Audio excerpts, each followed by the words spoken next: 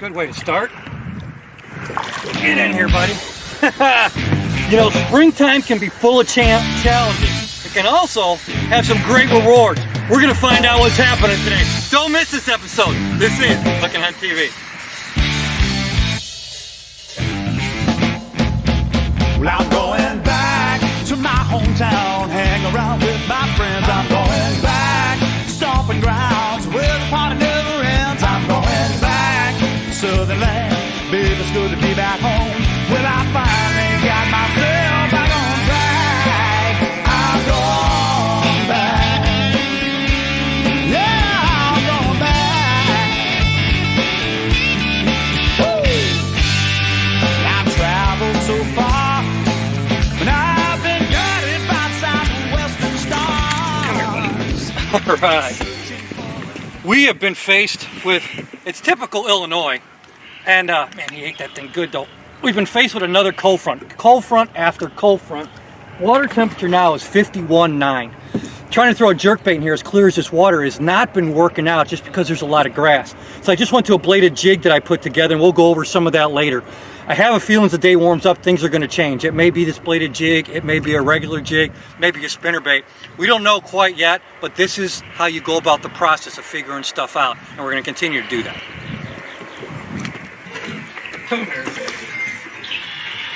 Cool. All right. Show you a little bit about what we're doing here. Now, when they eat it like this is one I made up, and we'll talk about that in a little bit. But when they eat it like this, that's exactly what I want to see. Let's put this back here. Okay.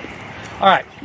Right now we found a flat that is warming a little, not much, but a little bit. And we've got a nice little breeze, breeze blowing on this right now. So it is starting to warm up. You've got to reel this bladed jig really slow. We're going to get into, I just ended up building this rod with a carbon fiber handle on here. We'll go into that a little bit more later, but I can feel that blade when it stops or when it hesitates, and that's what I'm setting the hook, because they're not hitting it hard. They're just coming up behind it, your rod's loading, I feel the blade stop, or I feel the blade get interrupted, and then the fish is on. So we're going to keep going down the bank and trying to figure this out. As I said, I still think it may be some changing things today, but this is how you put it together. Always going to have two types of presentations, vertical and horizontal. Right now I'm working with the horizontal presentations, see where we get the most bites, then I'm going to slow back down probably and go back over it with a jig or something else. One piece at a time.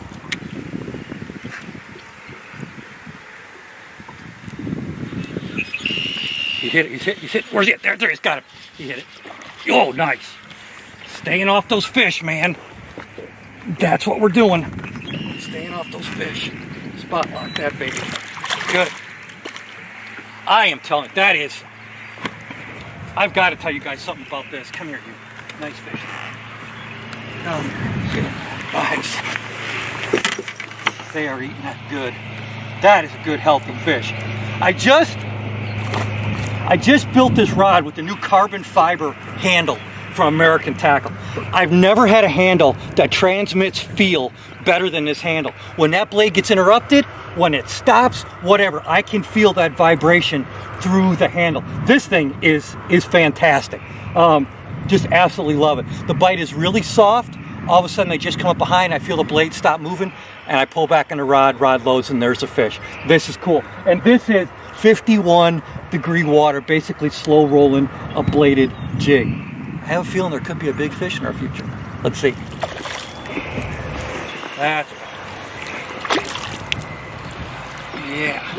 That's what I like to see. We're getting there. They're getting there. There we go. That's a lot better. That is a lot better. That was a long cast. This water is really clear. And I've said this when we've done smallmouth episodes before, and I'll always say it. If you look where we're making long cast at, stay off the bank. I know the cover looks good on the bank, but when the water's just clear and it's warming, the fish can get really shallow. Well, I'm staying in a break right now in about 7 to 9 foot of water. If I was getting up on that break, making a little bit more noise and everything in that clear water, those fish could vacate. I'm going to stay as far back as I can. I've got the equipment to make longer casts, and we're getting the strikes on the ends of those long casts. In clear water, do yourself a favor, put the odds in your favor, stay off the fish. We're going to keep catching them now. Now I know what's going on. That one hit it hard. That one hit it hard. Come on. Yeah, buddy. Look at this one. Oh, this is fun.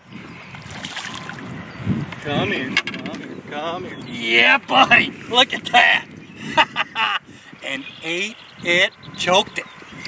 I love it. That is just something, isn't it? Hey, we're gonna put this fish back. We'll get a picture first, and then we're gonna fill you in a little bit more about what we're doing. We'll be back, woo, right after this.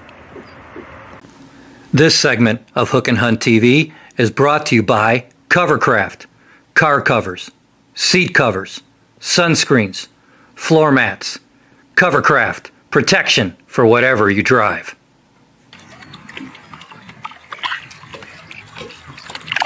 Cool. Okay, so let's talk a little bit about what we're doing. Water temperature is still 52 degrees. The boat's at about 9 foot now until we blow back. In there. All right, so here's what I'm throwing. This is a little bladed jig that I made up myself, and as you guys know, it's all from Lure Parts Online. They just came out with new color bladed jigs, and you can get them in several sizes and assortment, and I'll show you that a little bit later. Here's one trick that I like to do in the spring. When I'm throwing this bait in the heavier cover, or when I'm stopping it more, instead of just a swim tail or a craw trailer, I put, this is just a Shields 4-inch, here I'll pull it off for you so you can see. Real simple, 4-inch twin tail trailer. So why do I add that? All right, when I throw it into brush, or when I bring it off rocks, when I let it fall, it has that crawdad type appearance. That's what I'm doing with this bladed jig. Crayfish have a little bit more of a reddish tint sometimes in the spring, so I did that, matched it with this sunfish color skirt, and then put this green pumpkin twin tail on the back of it. Every fish that we have had has had this bait back about an inch, inch and a half in its face. They're eating it really well. The more the water temperature warms up in this clear water, I think the harder these hits are going to be. On a cloudy day, I like putting colored blades on my jigs. They just put a better silhouette off in the water. If this was a clear day, I'd probably go with the gold blade just to match the skirt that I'm throwing. There is a difference, in my opinion, of colored or of gold and silver colored blades and color blades. And I think on cloudy days, your colored blades can really, really be more productive. Today, it's definitely showing that. Well, the two most effective lures for us today were definitely the bladed jig and then the wacky worm. Now, usually in really clear, cold water, I will use a jerkbait most of the time. However, because of the way the weed line was set up on the lake we were fishing today, it was almost impossible to throw that jerkbait. You needed something just to come over the top of those weeds and then drop off into the deeper water. Well, the bladed jig really worked well for most of the day. Now, on a sunny day, I will usually use a colored blade of some type. I'll usually use a gold or sometimes a silver. But on cloudy days, I really like using colored blades. The reason being is because the colored blades will put off a better silhouette in the water that the fish can see a lot better. Now in the fall, especially when they're chasing shad or there is a shad spawn going on, I may go with an all white bladed jig with a white blade and then a swim bait trailer. In this real cold water, I don't want the bait hunting back and forth. I want to stay in line, a more subtle, subdued action. And one of the best trailers you can do or use with that is a twin tail grub. Now, a lot of guys don't use these anymore. I am telling you, for the situations that we face today, always have twin tail grubs, and this is just a Shields 4-inch twin tail. Always have these in the boat. I'm always going to give you a reason why, and here it is. Because when I'm dropping that over the weed line, that twin tail has a great fall. If I'm dropping it over laydowns, it has a great fall. These fish were definitely keying on crawfish earlier in the day because when you looked at that bladed jig, that's exactly how I had it set up, to mimic a crawdad. So I put a twin tail trailer on there. Again, in that cold water, it keeps the bait more in line. It doesn't hunt as much. It's a more subtle action, and you saw how they were eating it. They were inhaling it. That tells me I have the right retrieve speed, the right depth, and the right color combination. That was definitely it. That was an orange dancer blade that we got from Lure Parts Online and a sunfish color skirt with that 4-inch twin tail from Shields. Now, another small little trailer that I will use from time to time is this little 3-inch craw. This is another bait you should always have in your boat. Reason being, it's great on the back of a jig. It's fantastic on the back of a swim jig, and it's really good on the back of a bladed jig. Those little claws have a lot of action on even on a very slow retrieve speed.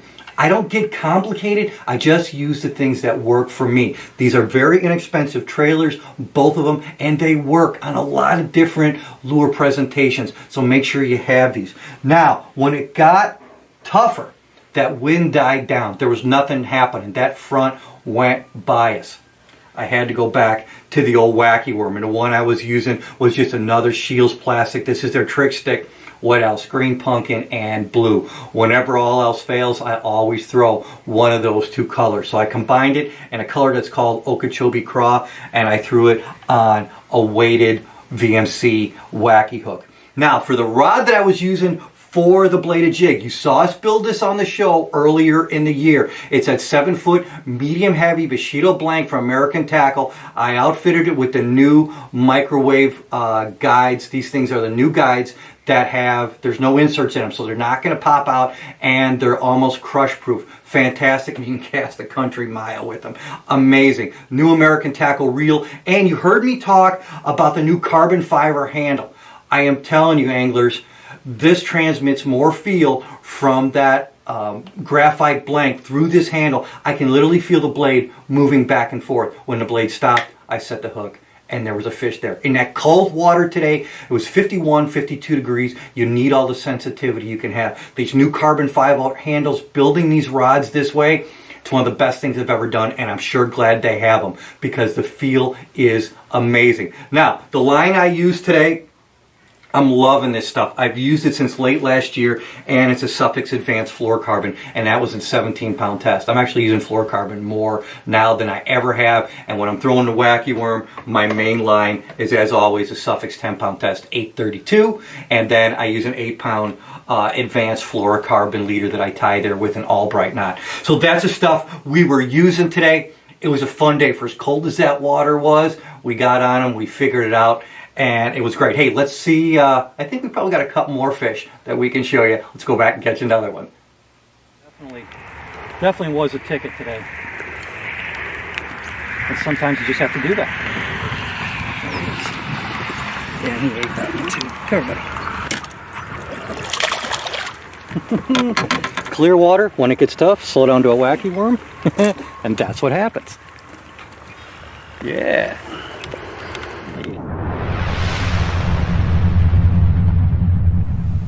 Here's a get bit tip that I think you'll really enjoy. When I'm fishing a Wacky Worm and I need to fish it a little bit deeper, or I'm fishing it in the wind, I'm going to go with the VMC weighted Wacky hook. This is 1/16 ounce. That little weight actually gives you a lot more feel when you've got wind or you want to fish it a little bit deeper. So here's how I rig it. I take that VMC Wacky tool and I'm going to insert the worm, and the one I'm using is a Shields trick stick. This was an Okeechobee Craw. I'll put it close to the middle. Then I'm going to take the weighted Wacky hook and I'm going to make sure the ball, since it's offset, is going to point more toward the thicker part of the worm. I'm going to put it through that O-ring. Now that's different than most people rig it. This is why it's successful for me. With that being offset, as this falls, it causes that worm, even though it's sinking slowly, to shake a lot more because of this offset. Wash it in shallow water. You'll be amazed how much more action in a very little area that worm gives off. It puts off more vibration in the water, and it works great when you hop it off the bottom and let it fall back down. Try that next time that you want to fish a Wacky a little bit deeper or in the wind, and you're probably going to catch that big bass you've been after.